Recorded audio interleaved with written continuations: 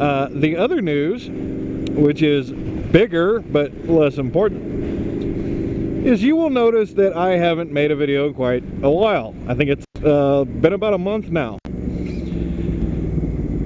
And that video was like 2 or 3 weeks old when I actually put it up.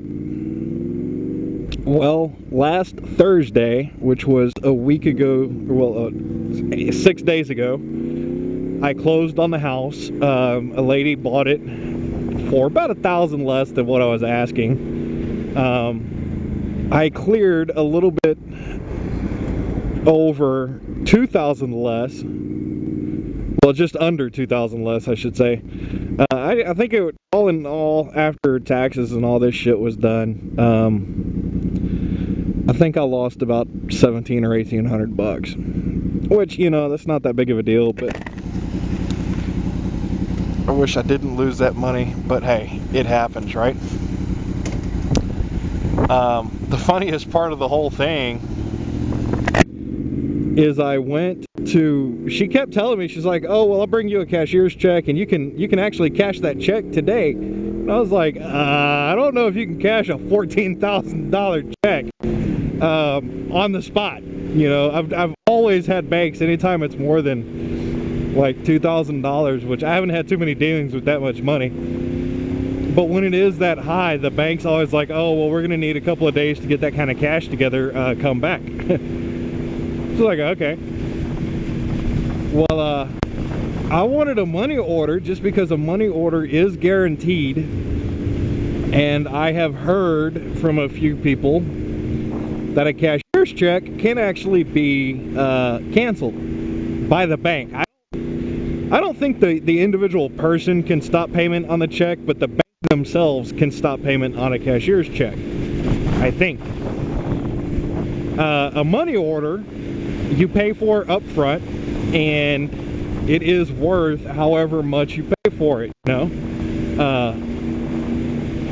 You can't stop payment on a money order because it doesn't come from a bank. It comes from a different kind of institution. You can get them from a bank, but you don't have to. Anyway, I'm rambling, damn it. And she gave me the cashier's check, and me and my dad stopped in Austin because we had to go to Austin to sign the papers and turn them in and all this.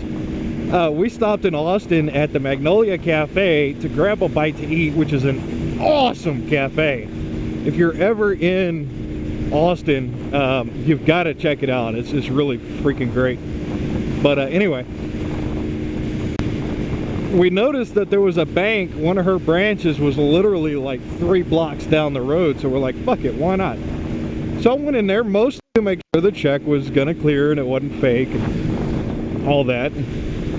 The lady came back and was like, oh yeah, your check's great. Oh, okay. Then I went, hey, by the way, is there any chance you can cash that? She looked at it and goes, yeah, we can cash it, sure. I was like, wait a minute, I'm sorry. Did you just say no problem to cashing a $14,000 check? And she goes, yeah, just take it over to the teller. So I go up to the teller, and like half an hour later, I've got roughly $14,000 in cash in $100 bills, because they don't circulate anything bigger than 100, sitting in an envelope. And believe me, that was a thick fucking envelope. But anyway, that was probably the best part of the whole thing, aside from the fact that I no longer have to worry about this damn house. Now, don't get me wrong, it's a good house, but every other time I turned around, something was going wrong. You know, we blew a lot of water pipes with the freeze. That cost about $800 to get fixed. Texaco building. We had a tree actually fell up against the side of the house about a week and a half before I sold it, so we ended up patching that, punched a neat little gash into the side of the thing. It's an awesome building. I've always liked it. I just gotta remember where I'm going. Oh, and that round thing up there is a restaurant. It's a fucking awesome restaurant. It's called Spindletop. Anyway, I'm rambling again. So we had a couple of issues, and it didn't look all that great. And when this lady decided or told us she was going to buy it, we knew she was going to move it, and she told us. So there were some things we didn't have to deal with because she's taking it to a different location, and a lot of it was beautification type shit that she would have undone anyway. So I just didn't worry about it because I didn't need to. What the hell, dude? Speed the fuck up.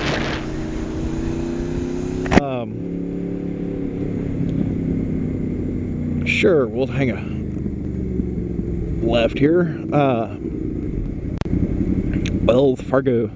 I hate Wells Fargo. And that's Chase on the across the street. So we knew we weren't going to have to do all this shit, and it really kind of worked out because it would have cost us money to do all that. Anyway, long story short, we got the house sold. It's been moved. And I actually need to go back out there to double check, make sure they cleaned up everything properly, and shut off the water and the power. The landlord, their manager, I should say, of the park was actually really cool about the whole thing because we did not give her 30 days notice like it says in the lease that I have to do. We gave her about 2 weeks notice. But she told me, don't worry about it, just write the notice letter and predate it for a few weeks ago. She said, just date it for the first of the month and give it to me, and then you're good, you know. She goes, well, I don't care. I was like, rock on, okay. So we did that, and she's giving me that deposit back, and I'm getting